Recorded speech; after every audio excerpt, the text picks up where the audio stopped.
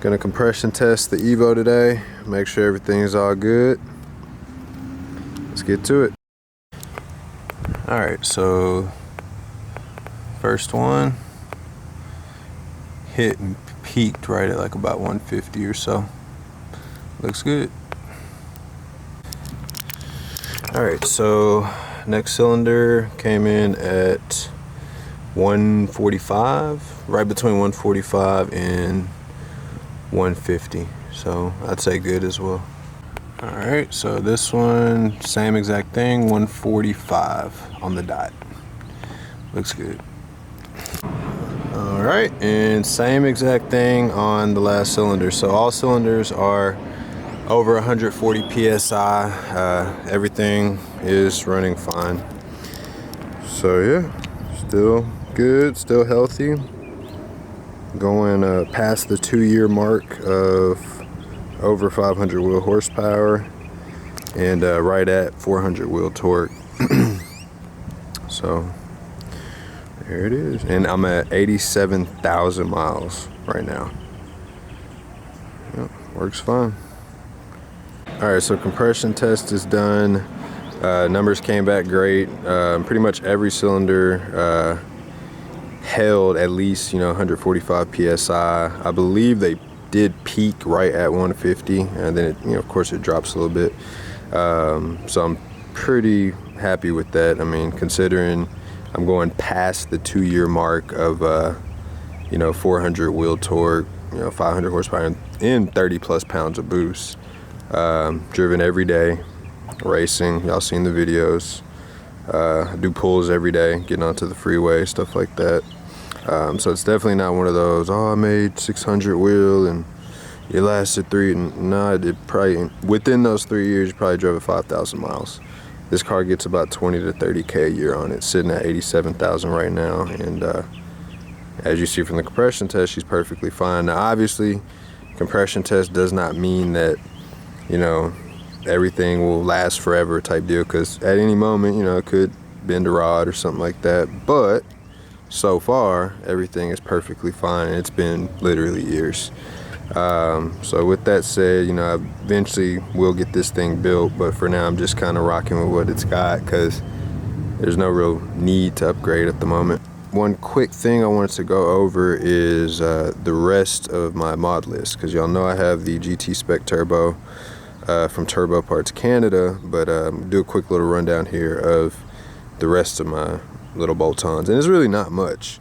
For fuel pump, it's a Warbro 450. Then we got ID 1300 injectors.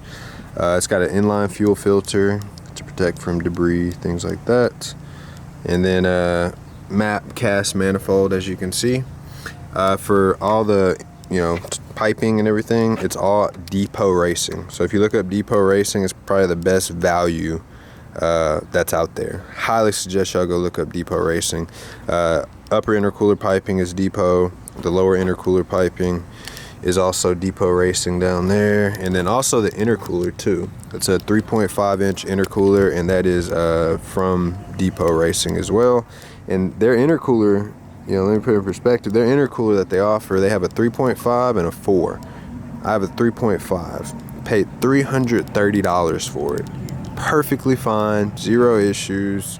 It's been on the car for 2 years, so highly suggest Depot Racing for those that are smart and don't want to double or triple pay for a simple part like a intercooler, especially when they pressure tested, everything checks out. There's absolutely no more reason to spend more money on ETS or AMS, whatever you've been looking at. For exhaust, it's got the Depot Racing downpipe, Depot Racing test pipe. Then for the catback, it's a Manzo exhaust. I'm actually probably gonna be doing a full exhaust cutout here pretty soon to see if I can pick up a little bit more power, which I know it will. But yeah, instead of a O2 dump, which is basically just dumping wastegate, exhaust, I'm gonna do a full cutout at the test pipe. And it's gonna be a full 3-inch cutout, boost activated. It's gonna be boost activated to around 14 psi or so, and definitely expect a pretty nice gain for horsepower there for sure. And also, yeah, on the power output of this thing, last time I logged this thing, which was after the last video I did, which I was running right at around 30 pounds of boost. So I'm now running more boost, played around with MyVec a little bit on the exhaust side as far as the top end goes, and got some pretty good results. Ended up hitting 597 wheel, 435 wheel torque, and it felt insane. I mean, there's no let up. It pulls hard, like real hard. If I had cams and built motor and things like that, it'd feel awesome going to like 8,500 RPMs with this setup. Then also I've got the Driven Fab catch can, of course, which is awesome. I like it. Pretty simple install, straightforward. It looks pretty clean, I'd say. For the bypass valve, it's stock, but it is crushed. So it's crushed down here, so that allows it to not bleed off boost on the top end. I have no issues with bleeding boost, so I kept this. It works.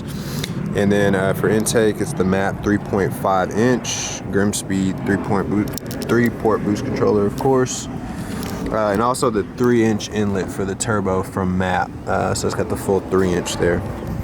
But that's pretty much it. I mean, very simple setup. I mean, not much money considering the power output that you get in return. So yeah, I mean, it works. But yeah, main thing is check out Depot Racing. Seriously, I mean, I've never talked to them or anything like that, so this isn't like some sponsor video or something, but Depot Racing legitimately has good parts for the money. So definitely suggest checking them out if you want to save some money on truly simple parts.